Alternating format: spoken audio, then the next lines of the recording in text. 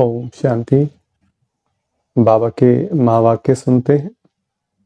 बाबा कहते, मीठे बच्चे, ज्ञान और योग के साथ साथ तुम्हारी चलन भी बहुत अच्छी चाहिए। कोई भी भूत अंदर ना हो, क्योंकि तुम हो भूतों को निकालने वाले। प्रश्न, सपूत बच्चों को कौन सा नशा स्थायी रह सकता है? उत्तर, बाबा से हम डबल सिरताज विश्व के मालिक बनने का वर्षा ले रहे हैं। यह नशा सपूत बच्चों को ही स्थायी रह सकता है, परंतु काम क्रोध का भूत अंदर होगा तो यह नशा नहीं रह सकता। ऐसे बच्चे फिर बाप का रिगार्ड भी नहीं रख सकते। इसलिए पहले भूतों को भगाना है, अपनी अवस्था मजबूत बनानी है। गीत, कौन आया मेरे मन के द्वारे? कौन आया? शिव बाबा आए मन के द्वारे। ओम शांति। इसका अर्थ तो कोई समझ न सके सिवाय तुम बच्चों के, सो भी नंबरवार पुरुषार्थ अनुसार। क्योंकि परमपिता परमात्मा का स्थूल या सूक्ष्म चित्र तो है नहीं। सूक्ष्म है देवताएं, वह तो सिर्फ 3 है, उनसे भी अति सूक्ष्म है परमात्मा। अब हे परमपिता परमात्मा, यह कौन कहते हैं? आत्मा परमपिता परमात्मा को परमात्मा कहते हैं। लौकिक बाप को आत्मा परमपिता नहीं कह सकती है। जब पारलौकिक परमपिता परमात्मा को याद करते हैं तो उसको देही अभिमानी कहा जाता है। जब देह अभिमान में है तो देह के साथ संबंध रखने वाला बाबा याद आ जाता है। वह फिर है आत्मा के साथ संबंध रखने वाला बाबा। वह अब आए हुए हैं, आत्मा बुद्धि से जानती है। आत्मा में बुद्धि है ना, तो परमपिता परमात्मा जरूर पारलौकिक पिता ठहरा। उनको ईश्वर कहा जाता है। अब बाबा ने यह प्रश्नावली बनाई है, इस पर तुम बच्चों को समझाने में सहज होगा। जैसे फॉर्म भराया जाता है वैसे प्रश्न भी पूछ सकते हो। जरूर जो पूछते हैं वह नॉलेजफुल हैं, तो जरूर टीचर ही ठहरा। आत्मा ही शरीर धारण करती है और ऑर्गन से समझाती है, तो बच्चों को सहज कर समझाने के लिए यह बनाया गया है। परंतु ज्ञान सुनाने वाले बच्चों की अवस्था भी बहुत अच्छी चाहिए। भले किसमें ज्ञान बहुत अच्छा हो, योग भी अच्छा हो, परंतु साथ साथ चलन भी अच्छी चाहिए। देवी चलन उनकी होगी जिनमें काम क्रोध लोभ मोह अहंकार का भूत नहीं होगा। यह बड़े बड़े भूत हैं, तुम बच्चों में कोई भी भूत नहीं होना चाहिए। हम हैं भूत निकालने वाले। वह अशुद्ध आत्माएं जो भटकती हैं उन्हें भूत कहा जाता है। उस भूत को निकालने वाले भी उस्ताद होते हैं। यह जो 5 विकारों रूपी भूत है, यह तो परमपिता परमात्मा के सिवाय कोई निकाल ना सके। सर्व के भूतों को निकालने वाला एक, सर्व की सदगति करने वाला एक, रावण से लिबरेट कराने वाला भी एक है। यह है बड़े भूत। कहा भी जाता है इसमें क्रोध का भूत है, इसमें मोह का और शुद्ध अशुद्ध अहंकार का भूत है। सभी को इन भूतों से छुड़ाने वाला लिबरेटर परमपिता परमात्मा एक ही है। तुम जानते हो इस समय सबसे पावरफुल यह क्रिश्चियन लोग हैं। उनकी अंग्रेजी भाषा के अक्षर भी बहुत अच्छे हैं।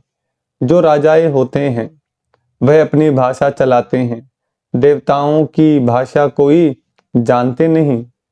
हमारी बच्चियां आगे सब कुछ आकर बतलाती थी, 2-4 दिन ध्यान में रहती थी। अब कोई बुद्धिवान संदेशी हो जो वहां की भाषा देखकर सुनावे। तुम बच्चे सबको भारत की कहानी सुनाओ। भारत सतो प्रधान था, अभी तमो प्रधान पूज्य से पुजारी बना है। भारत में देवताओं के चित्र बहुत हैं, अंधश्रद्धा से पूजते हैं, बायोग्राफी को जानते नहीं। हम सब एक्टर हैं, तो ड्रामा के डायरेक्टर आदि का मालूम होना चाहिए। इसलिए प्रश्नावली बनाई है। पोप को भी लिखना चाहिए। तुम फॉलोवर्स को कह रहे हो यह विनाश की चीजें बंद करो, फिर तुम्हारा यह सब मानते क्यों नहीं है?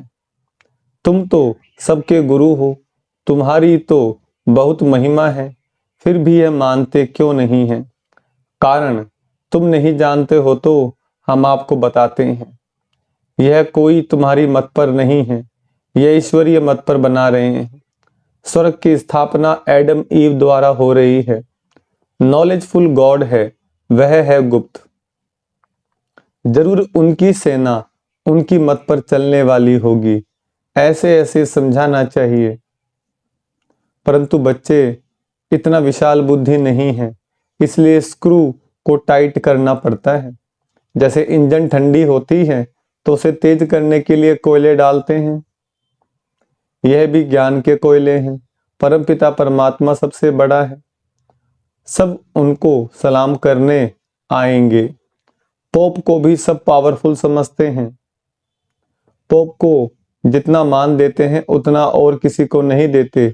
बाप को जानते नहीं, वह तो है गुप्त, उनको सिर्फ बच्चे ही जानते हैं और मर्तबा देते हैं। परंतु माया ऐसी है जो बच्चों को भी ऐसे बाप का रिगार्ड रखने नहीं देती है। बाबा विश्व का मालिक बनाते हैं।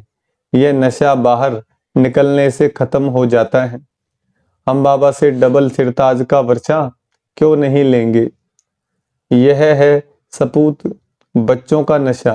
परंतु बहुत बच्चे ऐसे हैं जिन्हें काम क्रोध लोभ का भूत आ जाता है। बाबा मुरली चलाते हैं तो अंदर आता है कि अभी तक हमारे में काम का हल्का नशा है। अगर एक तरफ मजबूत हैं तो कुछ हो नहीं सकता। कहाँ स्त्री मजबूत रहती है, कहाँ पुरुष। कहाँ पर स्त्री मजबूत, कहाँ पर पुरुष। माना कहाँ पर स्त्री ज्ञान में चल रही है और कहाँ पर पुरुष ज्ञान में चल रहे। तो एक जना भी मजबूत हो जाए तो दूसरे का भी कल्याण करता है। बाबा के पास सब किस्म के समाचार आते हैं। कोई सच्ची दिल से लिखते हैं, अंदर बाहर बड़ी सफाई चाहिए। कोई बाहर के सच्चे अंदर के झूठे हैं। तूफान बहुतों को आता है, लिखते हैं बाबा आज मेरे को काम का तूफान आया, परंतु बच गया। अगर नहीं लिखते तो एक दंड दूसरा आदत पड़ जाती, बढ़ती जाएगी, आखिर गिर पड़ेंगे। बाबा की बच्चों में उम्मीदें तो रहती हैं ना, थोड़ी ग्रहचारी होती है तो वह उतर जाती है। कई हैं जो आज अच्छे चल रहे हैं, कल मूर्छित हो जाते हैं, वह गला घुट जाता है। जरूर कोई अवज्ञा करते हैं। हर बात में सच्चा रहना चाहिए, तब ही सचखंड के मालिक बनेंगे। झूठ बोलेंगे तो बीमारी वृद्धि को पाते नुकसान कर देगी। बच्चों को बड़ी मुश्किल युक्ति से प्रश्नावली लिखना चाहिए। परमपिता परमात्मा से तुम्हारा क्या संबंध है? जब पिता है तो सर्वव्यापी की बात नहीं, वह सर्व का सदगति दाता है, पतित पावन है, गीता का भगवान है, तो जरूर कभी आकर ज्ञान दिया होगा। अगर यह बात है तो उनकी जीवन कहानी को जानते हो, नहीं जानते तो वर्षा मिल ना सके। पिता से जरूर वर्षा मिलेगा। फिर दूसरा प्रश्न पूछो, प्रजापिता ब्रह्मा और उनकी मुख्य वंशावली को जानते हो? जिसका नाम सरस्वती है वह है ज्ञान, ज्ञानेश्वरी। उनको गॉडेज ऑफ नॉलेज कहते हैं। यह जगदम्बा तो जरूर उनके बच्चे भी होंगे, बाप भी होगा। नॉलेज देने वाला तो वह ठहरा। अब यह प्रजापिता और जगदम्बा कौन है? उनको धन लक्ष्मी भी कहते हैं। तब ज्ञान ज्ञानेश्वरी नहीं है। यह ब्रह्मा सरस्वती राज राजेश्वरी बनते हैं तो उनके बच्चे भी जरूर स्वर्ग के मालिक बनते होंगे। अब यह है संगम कुंभ। उस कुंभ के मेले में देखो क्या होता है। भक्ति मार्ग के अर्थ और इसमें रात दिन का फर्क है। वह पानी की नदी और सागर का मेला, यह ह्यूमन गंगाएं, यह है ह्यूमन गंगाएं जो ज्ञान सागर से निकलती हैं। उनका मेला यह प्रश्न भी पूछा जाता है, पति से पावन बनाने वाला कौन है? बाबा ने हम बच्चों को क्या बताया? गंगाएं, जो घूम घूम करके मनुष्यों के पाप काटती, ज्ञान गंगा में डुबकी लगवाते हैं, सबको पाप काटते हैं। उस पानी से क्या होगा? गंगा जल से शरीर का मैल कटेगा, आत्मा के पाप तो कटने से रहे। यह तो जानने की बातें हैं, है ना? तब तो पूछते हैं, इस माता पिता के ज्ञान से तुम राज राजेश्वरी बन सकते हो। ईश्वर सर्वव्यापी कहने से मुख क्या मीठा होगा? अभी तुम्हें भक्ति का फल ज्ञान मिलता है, अभी भगवान पढ़ाते हैं तो धक्का खाना बंद हो जाता है। बाबा कहते हैं, बच्चे अशरीरी भव, आत्मा को ज्ञान मिला, अब आत्मा कहती है हमको वापिस जाना है बाबा के पास, फिर है प्रारब्ध, राजधानी स्थापन हो जाती है। कितनी समझने की बातें हैं। ये प्रश्नावली बहुत अच्छी है, सबके पॉकेट में पड़ी रहे। सर्विसेबल बच्चे ही इन बातों पर गौर करेंगे। बच्चों के लिए बाबा को कितनी मेहनत करनी पड़ती है। बाबा कहते हैं, बच्चे अपना भविष्य ऊंच बनाओ, नहीं तो कलप कलप पद कम हो जाएगा। जैसे ये बाबा महाराजा महारानी बनते हैं, ऐसे बच्चे भी बने, परंतु अपने में निश्चय होना चाहिए। राजा में भी बहुत ताकत रहती है, वहां तो है सुख ही सुख। और जो राजा बनते हैं वह भी ईश्वर अर्थ दान पुण्य करने से राजा के ऑर्डर में सारी प्रजा चलती है। इस समय तो भारतवासी का कोई राजा नहीं, पंचायती राज्य है, तो कितने कमजोर बने हैं।